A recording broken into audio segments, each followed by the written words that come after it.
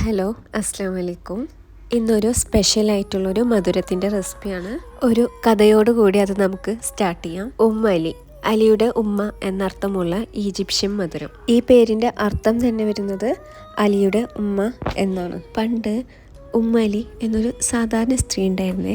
വീട്ടിൽ അവൈലബിൾ ആയിട്ടുള്ള തിങ്സ് വെച്ചിട്ട് എങ്ങനെ മധുരം ഉണ്ടാക്കാമെന്ന് വിചാരിച്ച് ഉണ്ടാക്കിയൊരു മധുരമാണ് ഈ അലി. ഈ മധുരം കഴിച്ച് ഇഷ്ടപ്പെട്ടവരൊക്കെ ചോദിച്ച് ആരാ ഇതുണ്ടാക്കിയേ? അപ്പോൾ എല്ലാവരും ഒരേ സ്വരത്തിൽ പറഞ്ഞു അലി ഉണ്ടാക്കിയത്. അവിടെ നിന്നാണ് ഈ മധുരത്തിന് അലി എന്ന പേര് ലഭിക്കുന്നത്. ഈ കഥ ഞാൻ ആദ്യമായി കേട്ടപ്പോൾ ഒരു രസം തോന്നി. അതാ നിങ്ങളടുത്തത് പറഞ്ഞു. ഒരു വിഭവം സ്വന്തമായിട്ട് ഉണ്ടാക്കുകയും അത് ലോകം അംഗീകരിക്കുകയും ചെയ്യുക എന്നത് ഒട്ടും ചെറിയ കാര്യമല്ല. ഈ കഥ യാഥാർത്ഥ്യമാണോ സങ്കല്പമാണോ എന്നൊന്നും എനിക്കറിയില്ല. ഒരു ഇഷ്ടത്തോടു കൂടി ഞാൻ നിങ്ങളടുത്ത് ഈ കഥ പറഞ്ഞിട്ടുണ്ട്.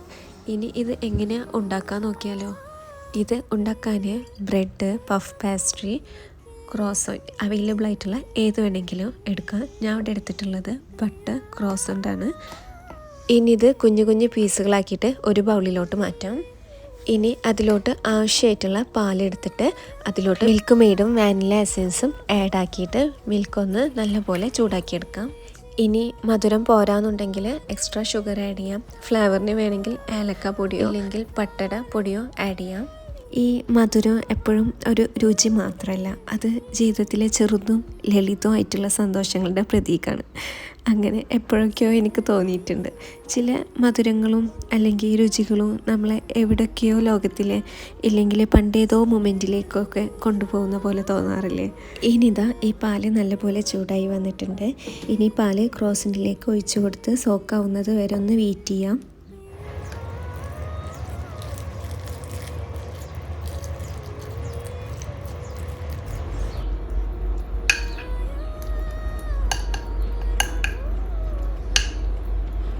ഇനി ഇതിലോട്ട് കുറച്ച് നട്ട്സ് ആഡ് ചെയ്യണം.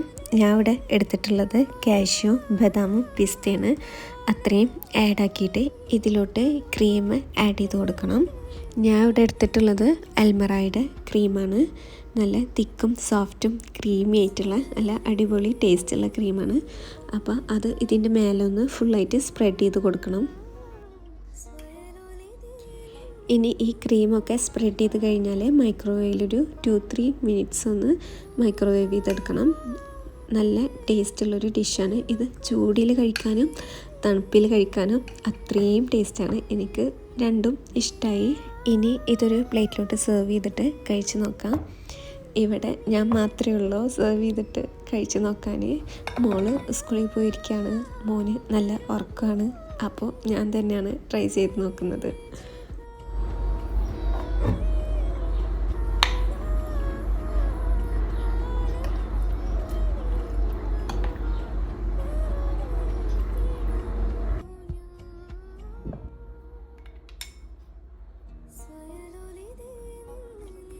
അപ്പോൾ വീഡിയോ എല്ലാവർക്കും ഇഷ്ടപ്പെട്ടെന്ന് വിചാരിക്കുന്നു. If you love the video, do like, share, subscribe and comment below. By.